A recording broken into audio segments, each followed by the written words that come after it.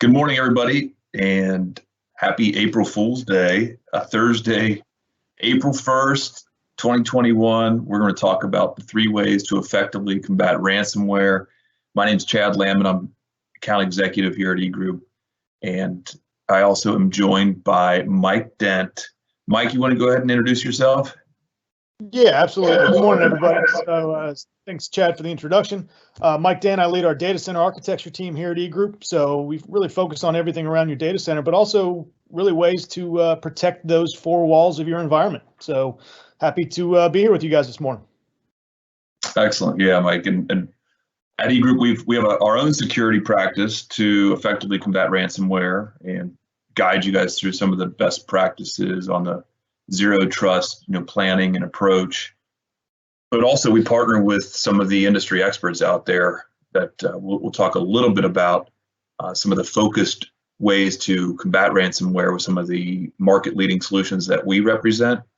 But we also have some other focused subcontractors that, that's all they do, cybersecurity, vulnerability scans, internal and external penetration testing. A couple of the items that we aren't really going to focus a ton on as we go through the presentation today, but wanted to call those out. And looking forward to getting started here. So to kind of highlight today's topics, we want to go through some of our field experience over the past decade or so, with customers being affected by malicious attacks.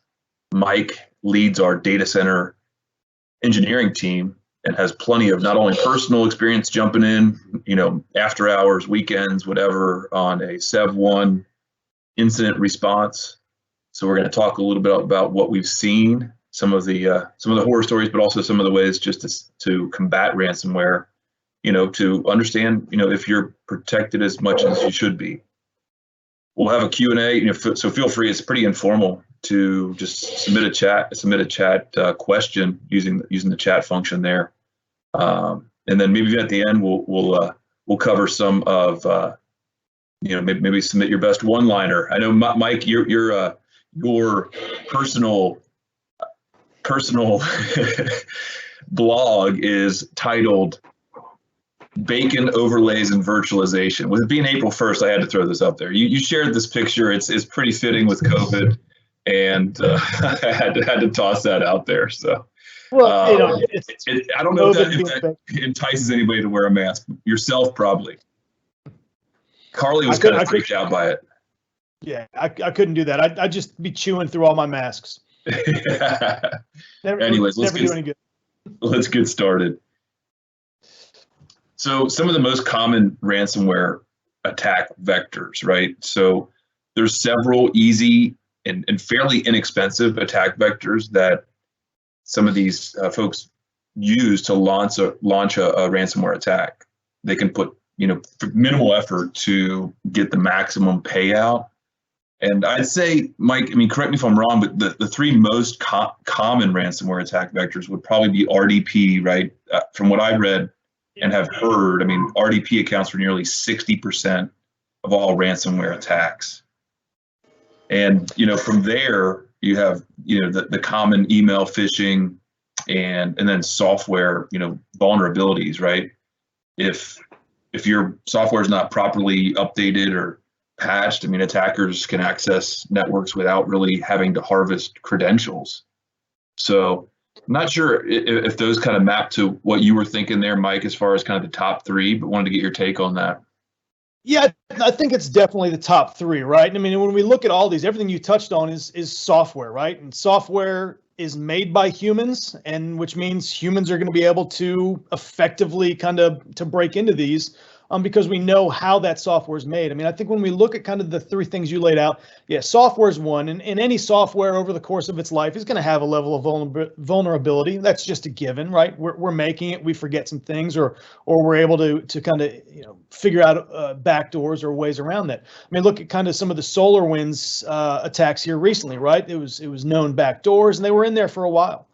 The RDP one, I think, is it's an easy blast area, right? Everybody's using it to some extent, but I wouldn't say that RDP is kind of one of the larger ones. I'd say that we're seeing a lot of RDP because it's easy. and it's pervasive in every environment. I mean, I can't think of an organization or a customer that I've worked with that didn't have a level of RDP available somewhere in their environment. I mean, that's a given. Where we see RDP really having issue, really kind of being opened and vulnerable is, people that I want to make my life easy and put RDP on the outside, be able to come in remotely through RDP. Bad idea, right? Domain controllers having access or being exposed to the internet. Bad idea, right? A lot of these common attack vectors, they're not necessarily super difficult to get. It's a little level of laziness on our part of trying to make our jobs easier, but that gives the attackers just an easy, simple place to come in. Now, once they're in, it's how pervasive they want to be inside the network, right? How long they want to sit and wait. A lot of times we see these guys, they come in and say, they came in last month, for example, and they were just sitting and waiting, and then all of a sudden that time bomb goes off and they're already in, right? We're well past the time of being able to protect ourselves. Yep, absolutely. So we'll continue to kind of talk about those ways in, and really, the first actions that should be taken if you are hit. We'll talk about, in the event of a ransomware attack, and then post-mortem as well. We'll also touch on zero trust, and for those of you who aren't incredibly familiar, it's really a concept that just stresses the importance of trusting no internal or external access attempts. Yep. Right. So you're looking to verify every detail of whether it's an internal or external actor that tries to access your company's network. You're always assuming breach, right? And we'll go through some of the paths to zero trust and the best way to attack it.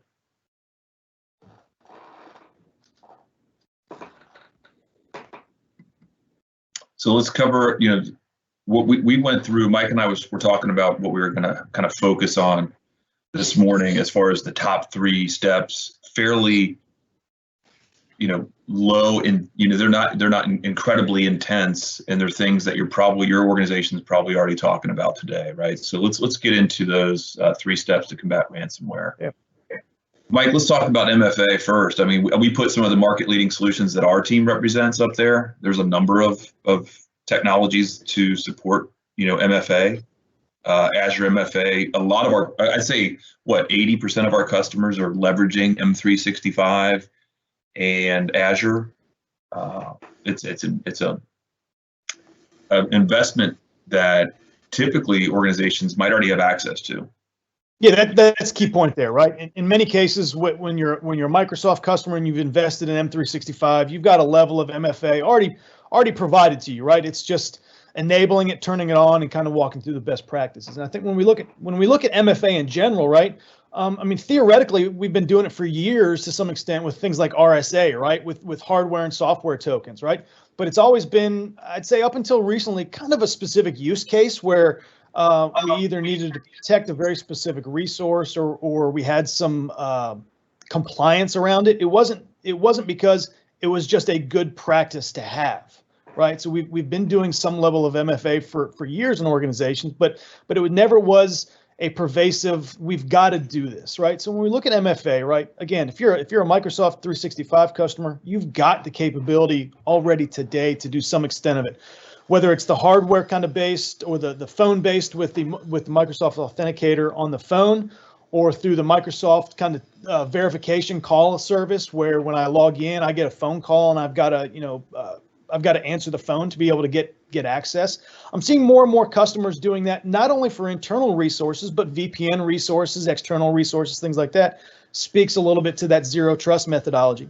But if we're not an M365 customer today, we've got on the slide here Cisco Duo, right? And Duo is a great multi-factor authentication mechanism that has a huge swath of supported applications, devices, controls, things like that really allow you to take that 2-factor authentication, multi-factor authentication even further, right?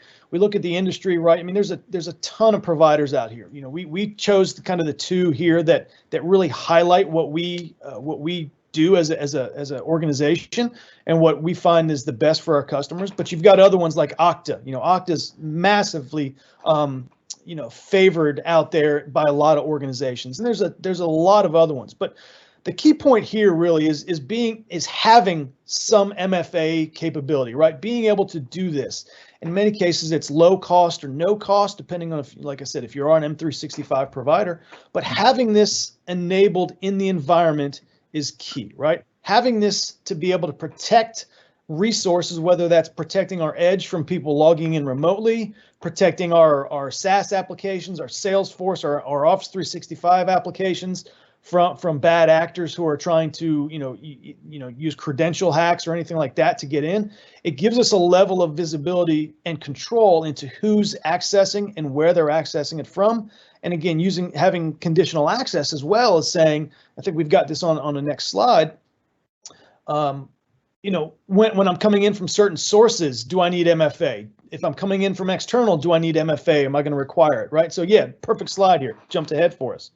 If I'm coming in, depending on where I'm coming in from, and this slide is kind of specific to, it's an Azure-based slide, but when we look at this concept of MFA, right, being able to control where I'm coming from, what users kind of get prompted with an MFA, what applications I want to prompt for MFA. So being able to control access through MFA, through that multi-factor approach, really is key, right? And without this, we don't have that secondary form of authentication or control over an environment. Mike, you mentioned one, I think Azure MFA use case where you submit to log in and then you actually received a phone call. I think that might have been from a state and local government agency that you're working with up in the Mid-Atlantic. But tell us a little bit more about that. Yeah, so the way they did, as part of their MFA rollout, and we were not involved with that, but I kind of thought it was curious when I started getting phone calls when I logged into these guys every time I hit a certain system, why they went with that as opposed to kind of using like the Microsoft Authenticator or things like that. Well, first off, they didn't want to have to worry about supporting end user devices, right? They didn't want to worry about if somebody gets a new phone, walking them through how to make sure that the Authenticator app is set up correctly on their phone. They wanted to make this as kind of unobtrusive or not least painful for their end users.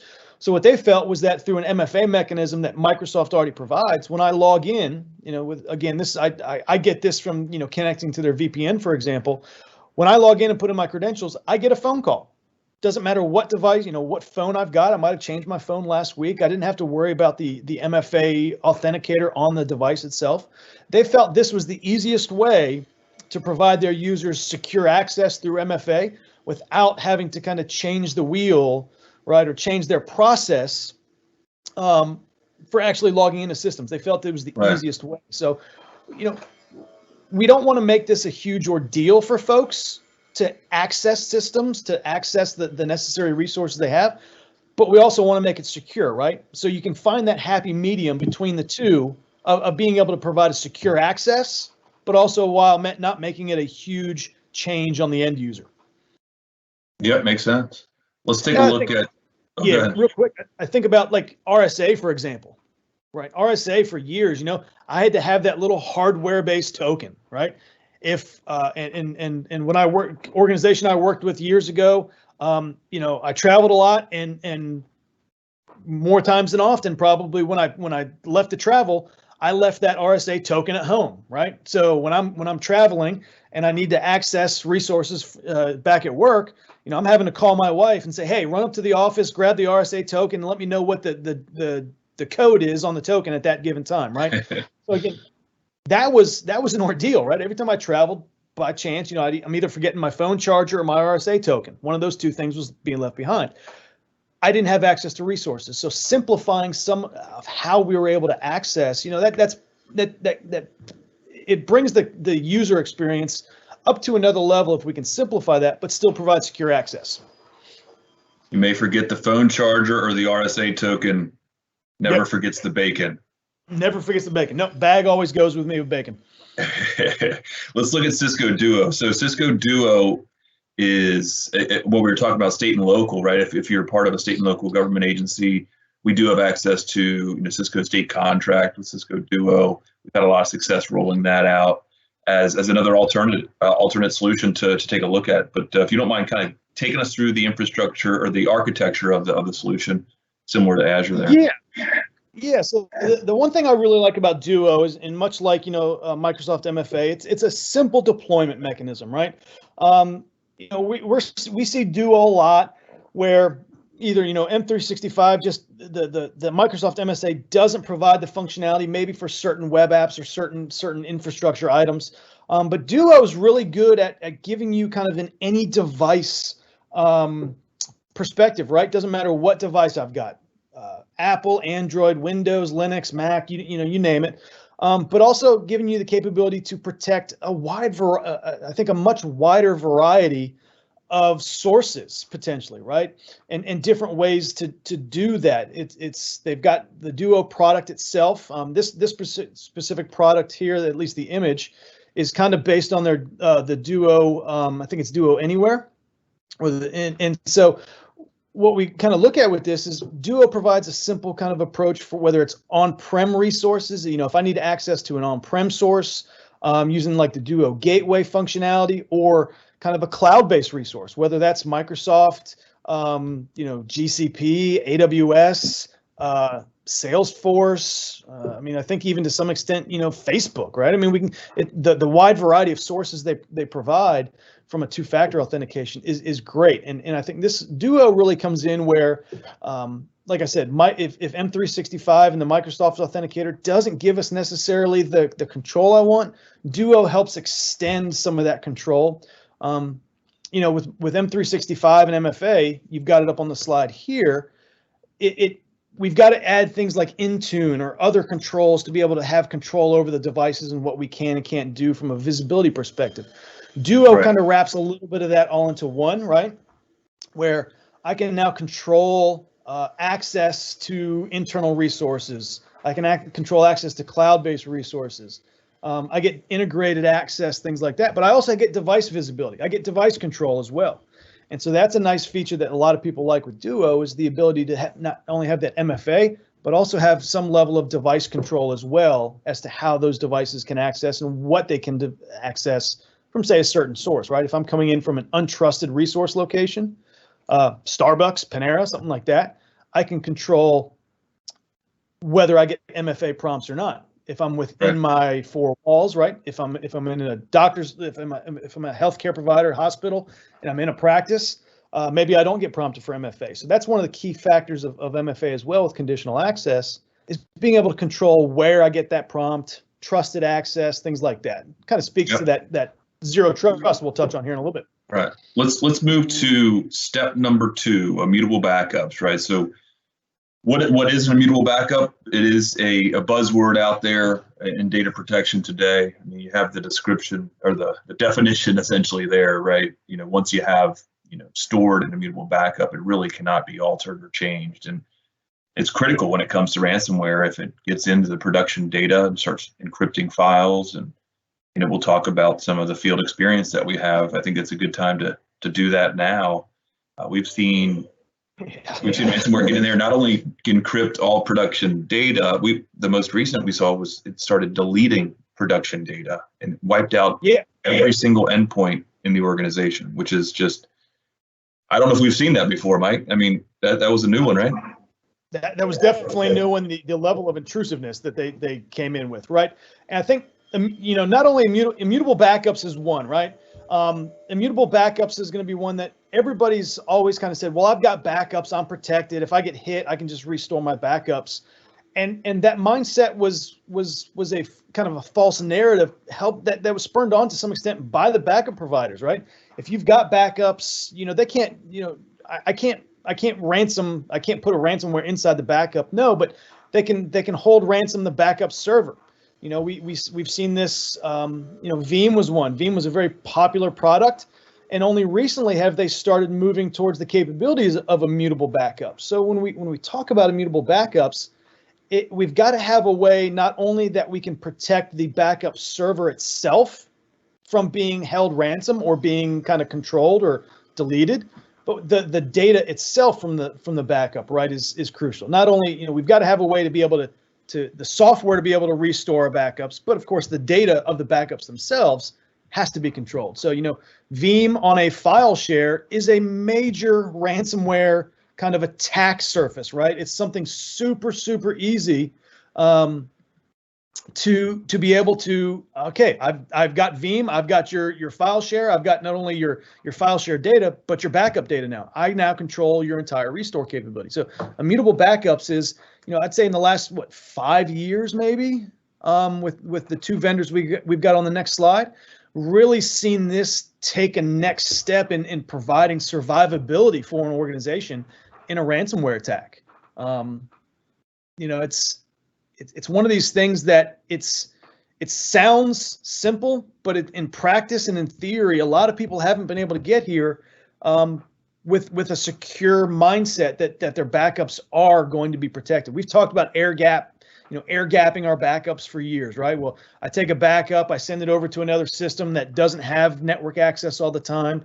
Well, that's fine as well, but the cumbersome nature of that, we want to simplify our protection without having to put in a bunch of extra controls that are just going to make restores and survivability a nightmare.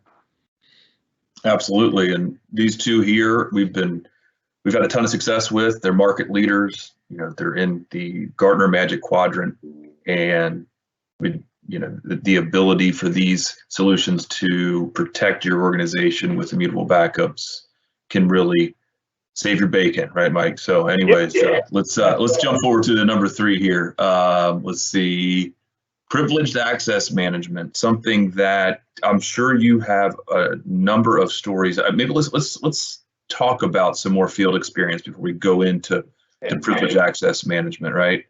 Give us a few. Let's just take us through, let's say the top 2, incident responses, that you've kind of run into over the past couple of years. What's really caught your eye and worth kind of sharing with the crowd here?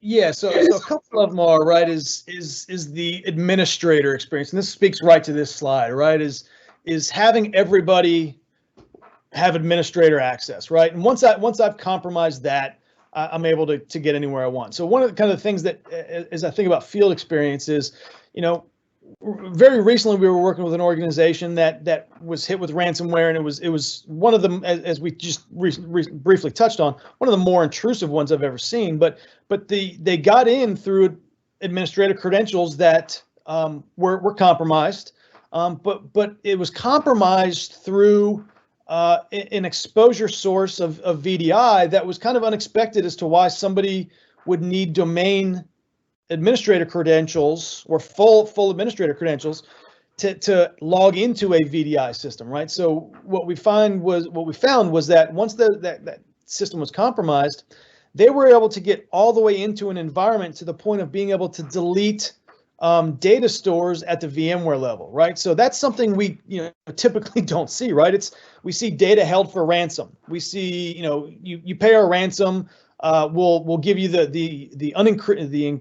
decryption keys, and you can get your data back, right? And that works for the most part.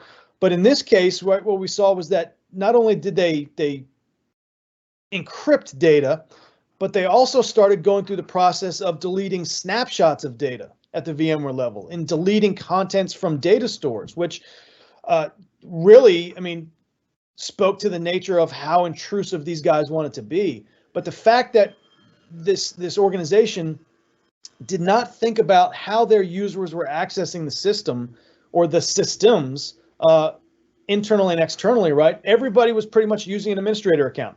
Bad practice, right?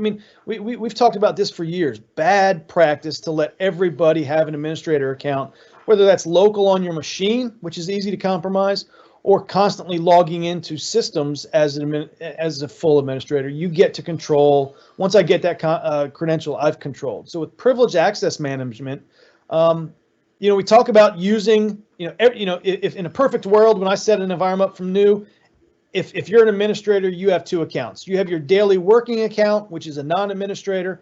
If I need to elevate to something, I use my administrator account, and that's the only time that's used, right?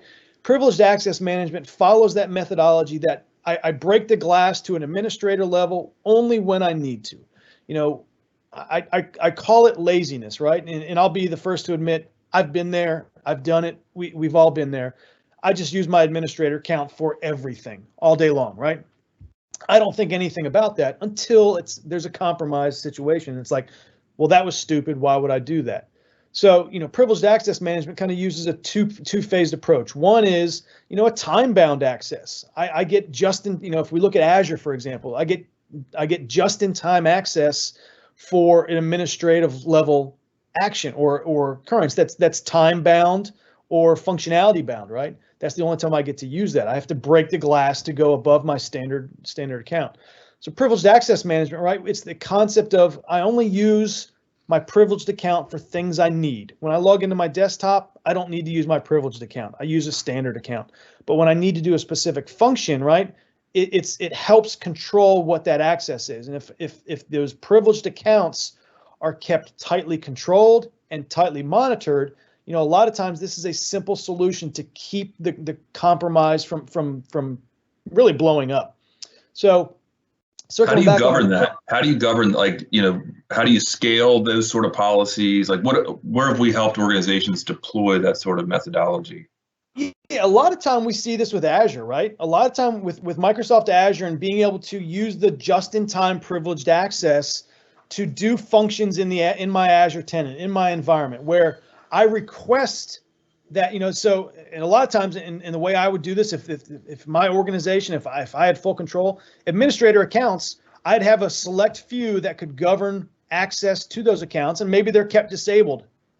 And if I need to do something, if I have a change management window, if I need to do specific functionality, I enable those accounts. In a scale out environment, that's not feasible, right? We can't be open, enabling and disabling accounts as needed in a large scale out environment. But if we look at kind of Azure and what they do with just in time, it's the ability to say, I'm about to do something. I need admin access. That access is opened and then it's closed at a specific time-bound interval. So we've been able to enable just-in-time access for customers that need to do, specific administrative tasks that I don't have to reach out and say, hey, Chad, can you enable my administrator account? I've got to do these things. I've got the mechanisms built in to request that administrator access. My account is elevated. I do my functions. I log in, I log out, and I'm good. Again, That's easy when those functions are built. Otherwise, you've got to have a good process for how your users have administrative access and to where. I think of scenarios where I'm an administrator. Should I be able to log in? I'm an infrastructure administrator. Should I be able to log in to the accounting system or get to an accounting server as an administrator? Probably not. So you have to think about your organizational hierarchy and controls to be able to put these two things together that really, privileged access management, it's not a technology. It's not a forceful mechanism. In many cases, it's a concept of access that we need to build into our environment and we build into our user base to understand when and where they should be using administrative access and credentials versus other times, right? Also along this line, privileged access management, right? Generic logins, common logins, bad practice as well, right? Unique accounts for everybody, unique accounts for a break the glass, unique accounts for individual access. If we talk about like Azure or any cloud governed environment, there should be never just one administrator. You need to have one kind of kept in the wings as a break the glass account. Absolutely. What comes to mind, I'm just going to share a quick image in the chat, is, we've leveraged Microsoft Power Automate to automate the process for approval requests, right? And change management, things like that. I think that makes a lot of sense if you're looking for a way to optimize the process and have some governance as well as, auditing. It's a perfect solution that you might already have access to. So just send a quick architecture overview on what that might look like, and we have resources to help deploy and leverage what you might already have access to for your organization. So kind of wrapping up or getting close to wrapping up here, let's talk a little bit about the journey to zero trust. So Mike, I know that you're always assuming breach. And from what I understand, there's really 6, pillars, foundational pillars when it comes to zero trust. That's, identities, verifying all ID with very strong authentication. You have your devices, right? You need visibility to all devices accessing the network. Application layer. So you need to really discover what kind of shadow IT might be out there and monitor and control that with, real-time analytics. You have your network, right? That's pillar number 4. Really, you need to encrypt all internal communications and automatically kind of block and flag those risks. And as you just called out, employ least privileged access. And then your data is pillar number 6, where you need to classify, label, and encrypt data to protect it wherever it lives or wherever it goes. So let's talk about that journey to get to that point. Yeah, the way I look at kind of that zero trust journey is we start from inside out, right? We start from where's our data live, whether that's in our data center, whether that's a cloud-based service, whether that's a SaaS-based service, right? The fact of the matter is the data is our crown jewels, right? That's we want to secure that at all costs. So let me just kind of step back and for many organizations today and have been, if I'm on the network, if I'm on my organization's LAN, right, I'm to some extent trusted, right? I'm there. I can access at free will any data that I can access, that I can hit. But that journey to zero trust, right, is it's turning the fact that we can't continue to trust just anybody on the network, right? I mean, how many folks have a guest network that's set up that it pains me to say this, but I've seen guest networks set up that have access to the organization's network, right?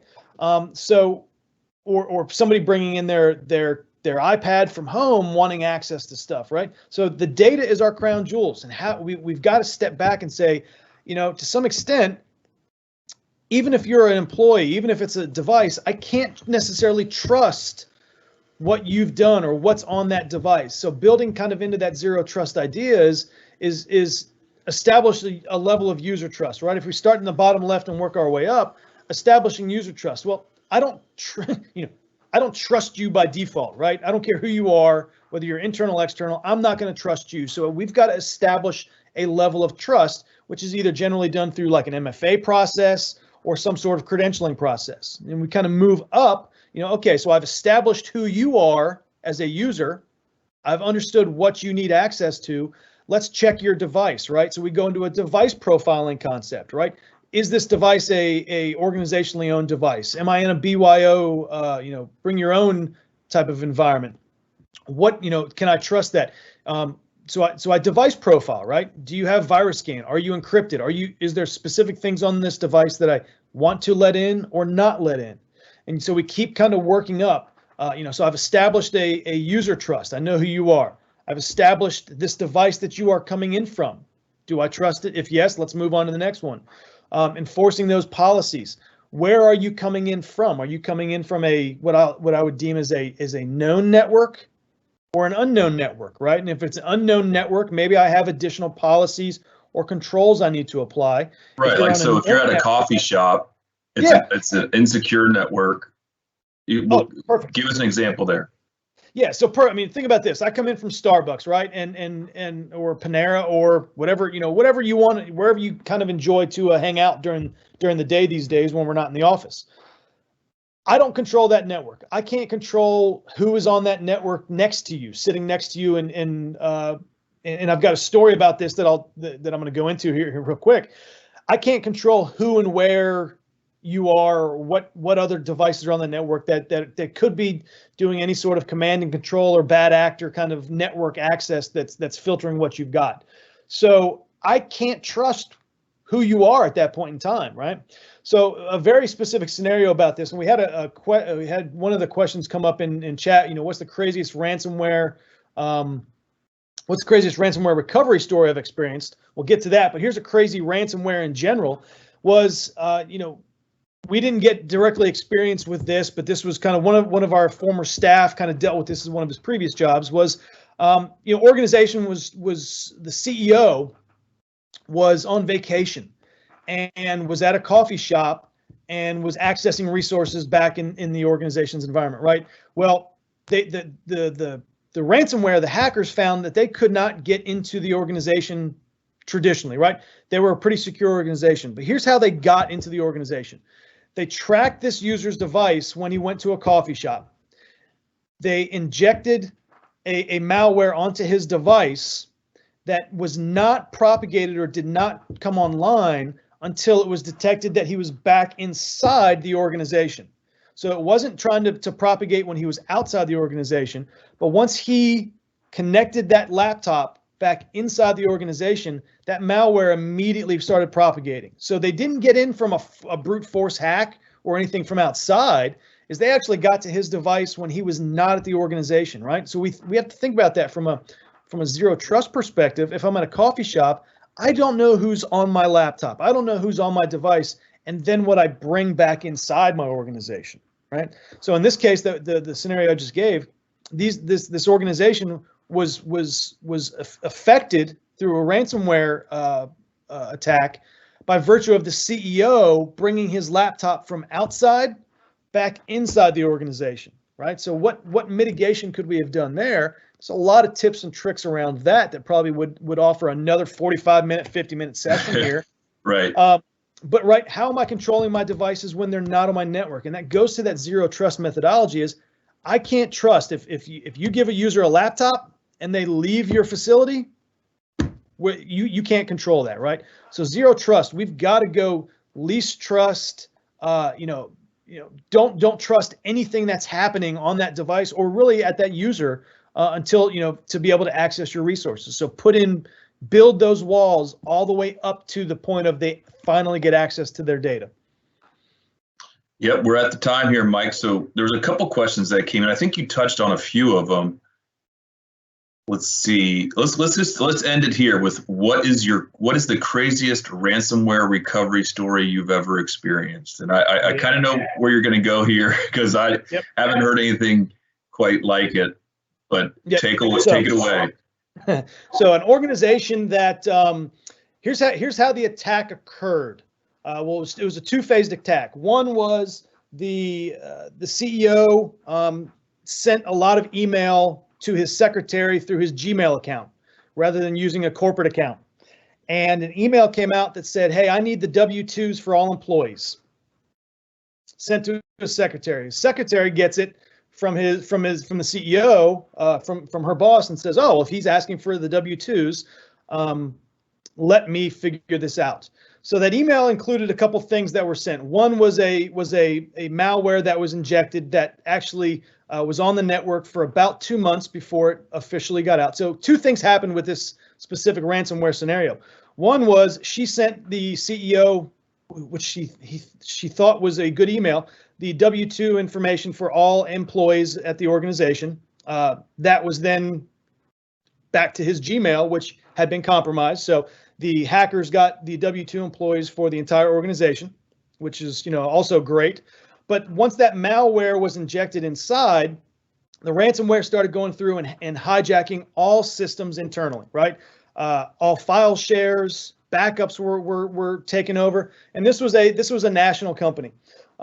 Now, what they ended up having to do was, that the ransom was for, I don't remember what it was at the time, 15 or 20 Bitcoin. I don't, to be honest, I don't know what that price is right now, but it might have been more. We're talking $55,000, $60,000 of Bitcoin these days. Okay, so yeah, so not as much change, right? And they found that, hey, guess what? All of our backup, we have no way to restore any of our data. This was a fully on-premise environment. We have our backups are gone. We have no way to get this. So they ended up wanting to pay. They said, we're just going to pay. Now, on a Sunday, it's kind of hard as an organization to go to the bank and get the cash needed, or really, how do you get Bitcoin, right? So what they found was that they found a bank in a grocery store that was open on a Sunday. They sent one of the accounting folks there to withdraw the money. Now, they needed to transfer this into Bitcoin. How'd they do this? Well, they found a Bitcoin broker that was operating out of a Starbucks in Tijuana, Mexico. Right? So what did they do? Two guys got duffel bags full of cash. One duffel bag was empty. One duffel bag was full of the cash.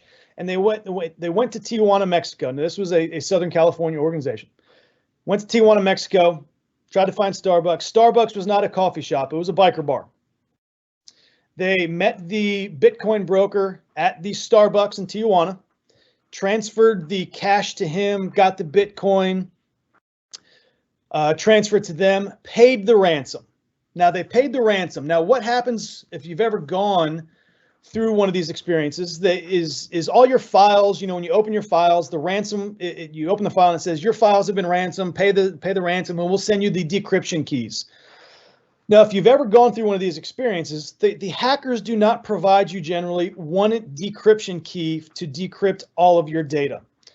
Once the Bitcoin was paid and the ransomware folks were kind enough to provide the decryption keys, they provided almost 17,000 decryption keys to decrypt that customer's environment. You run those decryption keys one at a time. Do the math of how long it took them to actually decrypt their environment.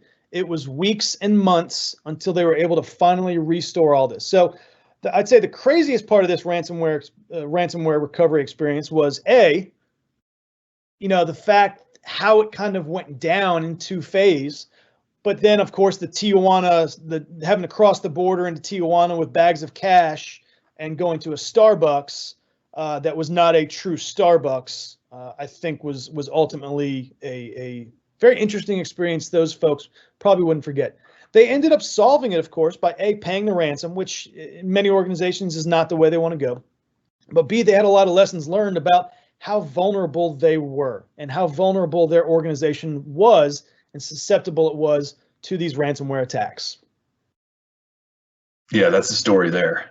Yeah. They won't forget that one. Let's go ahead and wrap here. I know we're kind of over the time here. It's an important topic, and we wanted to make sure we had a thorough conversation. We are offering a eGroup Zero Trust business plan, initial consultation. So look out for Leanne.